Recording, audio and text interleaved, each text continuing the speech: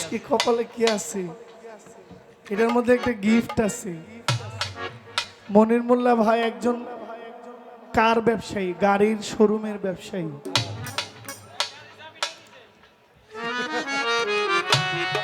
একদিন যদি গাড়ির চাবি দিয়ে দেয়, না জানি দিয়েই দিছে এমন লাগছে। হ্যাঁ?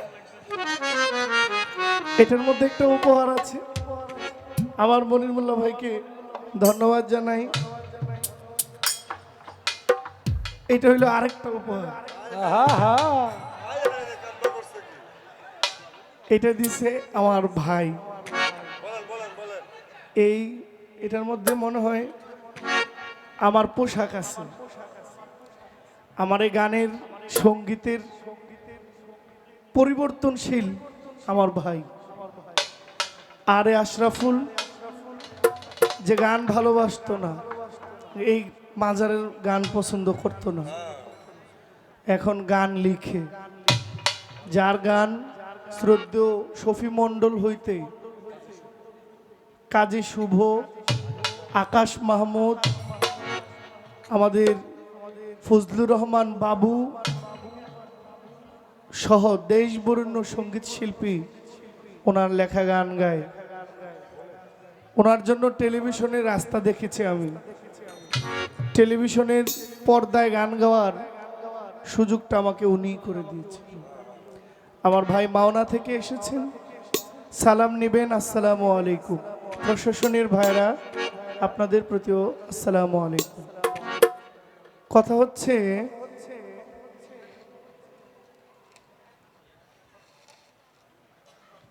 আমি এই বলেছিলাম যে বোন দিয়েছিল, আপনি নবীর শান কেন গাইলেন, এটা কিন্তু আমার অভিযোগ ছিল না। আমি কি অভিযোগ দিয়েছিলাম? আমি ধন্যবাদ দিয়েছিলাম যে আপনি নবীর শান গাইলেন। কয় ভাই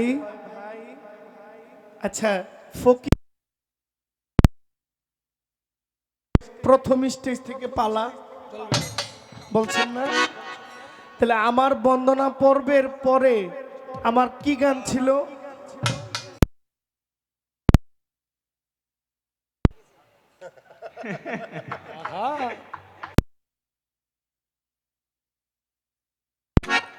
কপাল খুলতেও পারে। এগুলো টাকা না, এগুলো চাবি।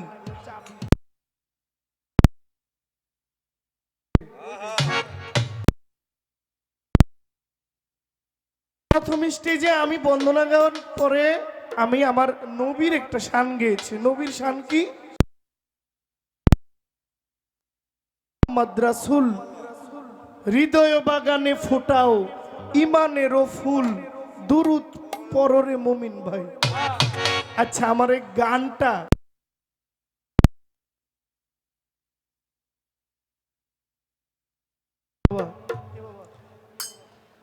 সারোয়ার ফকির যেখানে যায় ওইখানে এই গামছাটা যে মাথায় দেয়, উনি যেখানে যায়, উনি বিয়া বাড়ি গেলেও গামছা থাকে, জানাজাত গেলেও গামছা, উনি হাট বাজারে গেলেও গামছা, ওয়াজ মাহফিলে গেলেও গামছা, মাজার মঞ্জিলে গেলেও গামছা। এটা হইল ওনার মহব্বতের জিনিস। কথা ঠিক? এই যে আমার ছবিটা, আমার এই ছবিটা বিন্দু সাধক হানিফ শাহর দরবারের ছবি, ওই স্টেজের ছবি। এই যে ব্যানারের ছবিটা, জহির পাগলা নামে আমার একটা পেজ আছে, আমার পেজে এই ছবিটাই দেওয়া আছে। এই ছবিটা কেন দিল এখানে? আমার মাথায় ওমর চাঁদের গামছাটা ছিল বিধায়। এখানে প্রত্যেকটা শিল্পী, যতগুলো শিল্পী আছে, আপনি জুলিয়া বেগম ছাড়া সবার মাথায় গামছা আছে। কি আছে না? খালি আপনার মাথায় নাই। আজকে লাগাই দিল, আগামী বছর থেকে আপনার মাথায়ও কেন বললাম? যেখানে আমার নবীর শান আছে ওখানে আমার নবীর নবুয়ত আছে।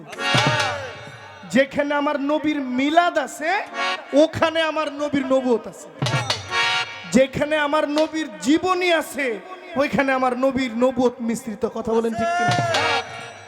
আপনার কথাই বোঝা যায় আপনি 40-এর আগে যে নবী নবুয়ত প্রাপ্ত ওইটা মানেন না, আপনি 40-এর পরের নবুয়ত মানেন। মাস্টার ভাই আমাকে ইঙ্গিত দেয়, কয় নবী নবীর তত্ত্ব একটা আর নবীর নবুয়ত একটা। ও ভাই এই সবগুলো মিললেই একটার মালিক ইনি আমার নবী। এই সবগুলোর মালিক কে? আমার নবী না? তো আমার নবী যদি সবগুলোর মালিক হয়, আমি যদি দাঁড়ায় যদি পড়ি ইয়া নবী সালাম আলাইকা, ইয়া রাসূল সালাম আলাইকা, ইয়া হাবিব সালাম আলাইকা, সালাওয়াতুল্লাহ আলাইকা। এটা কি নবীর শান না? নবীর নামে দরুদ না? এটার মধ্যে কি মনে করেন না নবীর নবুয়ত মিশ্রিত আছে? কি বাবা, আমার নবীর নবুয়ত, নবীর 570 হিজরি 12ই রবিউল আওয়াল যেদিন নবীজি দুনিয়ায় আগমন করেন এই দিন থেকে নবীর নবুয়ত শুরু। আর যদি সৃষ্টিতে বলি, আমার নবী যখন আহাদ থেকে ওই আহম্মদ, দিয়ম থেকে মোহাম্মদ, তখন থেকে আমার নবী নবুয়তের সিঁড়ি বয়ে আসছে। তবে হ্যাঁ, নবুয়তের আগে আমার নবী কার পথ অনুসরণ করতেন? এখানে একটা পয়েন্ট থাকে। দুনিয়ায় বিরক্ত হইতেছেন? দুনিয়াতে আমার, তোমরা বসো, তোমরা বসো। দুনিয়াতে আমার নবী যে বয়সে নবুয়তটা জাহেরি ভাবে প্রকাশ পায়, এর আগে আমার নবী কার পথ অনুসরণ করতেন? তিনি হইলেন আমাদের জাতির পিতা হযরত ইব্রাহিম খলিলুল্লাহ, যিনি বনু ইসরাইলের প্রথম নবী। আল্লাহ বনু ইসরাইলের মধ্যে সবচাইতে বেশি নবী পাঠিয়েছেন বনু ইসরাইলের মধ্যে। আর বনু ইসরাইলের সর্বশেষ নবী হইলেন নবী রাহমাতুল লিল। এখানে বনু ইসরাইল তখন গিয়ে ইহুদি রূপ ধরে, যখন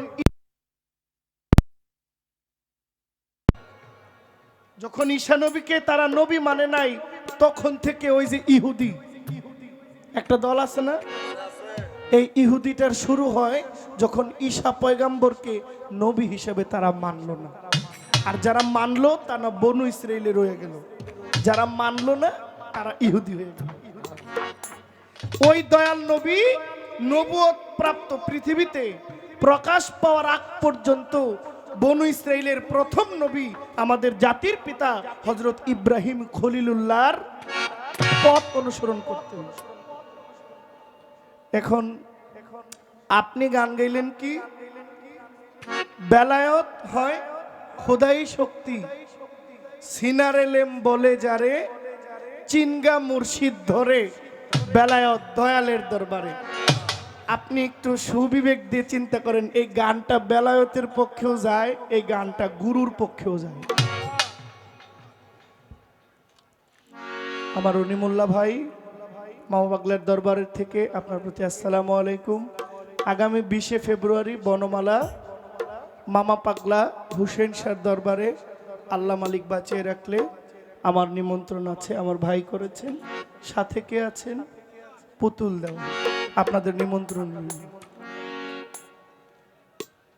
আচ্ছা বাবা ফিরোজ শাহ, বেলায়ত হয় খোদাই শক্তি, সিনার এলেম বলে যারে, চিনগা মুর্শিদ ধরে। তাহলে এই গানটা কি গুরু পদে যায় না? এই গানটা গুরুর গান না? চিনগা মুর্শিদ ধরে, তার মানে উপদেশ দেওয়া হইতেছে। এটা গুরু পক্ষেও যায়, এটা বেলায়েতের পক্ষেও যায়। তাহলে আমার নবীর জীবনী যদি আমি গাই, আমার নবীর জীবনীর মধ্যে আমার নবীর নবুয়ত মিশ্রিত। নবী নবী নাম যেখানে নবুয়ত সেখানে, এতে কোনো সন্দেহ আছে? এলা আপনি সারা রাত যা ইচ্ছে তাই করতে পারেন। আমি আমার জায়গাটা পরিষ্কার করছি, ধরেন আমার নবীজির কুদরতের শান,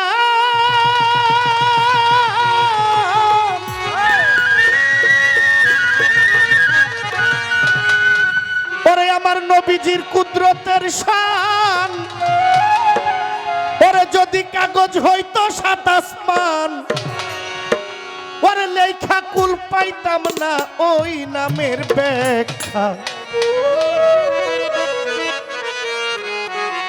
আমার কথাগুলো কি আপনাদের মেজাজের সাথে মিলছে না মিলে নাই? আমি আমার মনের কি আমি কোনটা বোঝাইতে চাচ্ছি, এটা কি মিলছে? আমার নবী যেখানে, আমার নবুয়ত সেখানে। আমার নবী দিয়া নবুয়ত, অনেক নবীরা নবুয়ত প্রাপ্ত হয়েছে। হযরত ইব্রাহিম নবুয়ত প্রাপ্ত, হযরত মুসা পয়গম্বর নবুয়ত প্রাপ্ত, নূহ নবী নবুয়ত প্রাপ্ত, দাউদ পয়গম্বর নবুয়ত প্রাপ্ত, বাদশাহ সুলেমান পয়গম্বর নবুয়ত প্রাপ্ত। নবুয়তের প্রকার ভেদ কি? ওই যে প্রশ্ন করেছে, সুলেমান নবীর নবুয়ত ছিল ওনার হাতের আংটির মধ্যে। কোথায়? এই আংটিটার মধ্যে ছিল নবুয়ত, মানে একটা খোদাই পাওয়ার, একটা কি বলে এটাকে, আল্লাহর তরফ হইতে একটা শক্তি, যে শক্তি যার উপরে আসছে। আমার নবীজি অন্ধকার দিয়ে হাইটে গেলে কোনো কিছু লাগতো না, এমনি আলো হয়ে যেত। এটাই নবুয়তের পাওয়ার।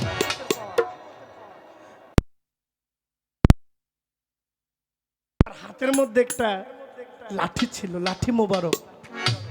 এই লাঠিটা অন্ধকার হইলে এই লাঠির টর্চ লাইটের কাজ করত। মুসা নবী রোদ্রে গেলে এই লাঠিটা ছাতার কাজ করত। বৃষ্টি পড়লে এই লাঠির মাধ্যমে বৃষ্টি থেকে রক্ষা পাইত। আবার যখন এই লাঠিটা কোনো রোগীর মাথার উপরে ছোঁয়া দিত, তার 18 বছরের রোগ ভালো হয়ে যেত। সুবহানাল্লাহ বলবেন। তাইলে ওনার নবুয়তের পাওয়ার ছিল লাঠির মধ্যে। হযরত দাউদ আলাইহিস সালাম, হযরত দাউদ পয়গম্বরের নবুয়ত ছিল তার কণ্ঠের মধ্যে। দাউদ পয়গম্বর নদীর কিনারে দাঁড়ায় যদি তেলাওয়াত করতেন, ওই জলের মধ্যে যত জলজ জীব ছিল, প্রাণী ছিল, সব নদীর কিনারে আইসা শুনত। আচ্ছা, নবীদের মধ্যে আমার নবীর চাইতে সুন্দর আর কোনো নবী নাই, কিন্তু একজন নবী ছিল যার নাম ছিল ইউসুফ নবী। কি নাম?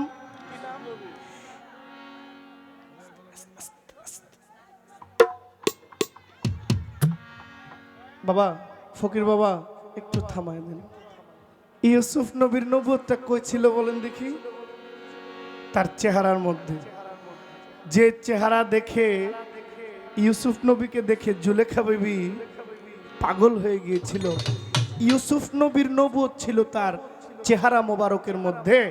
যাকে দেখলে মনে হইতো যে নূর যে বস্তুটা, এটা তার চেহারার মধ্যে আল্লাহ স্বয়ং সম্পূর্ণ দিয়েছেন। সব নবীর নবুয়ত একরকম, আর আমার নবীর নবুয়তটার নাম হচ্ছে মোহরি নবুয়ত।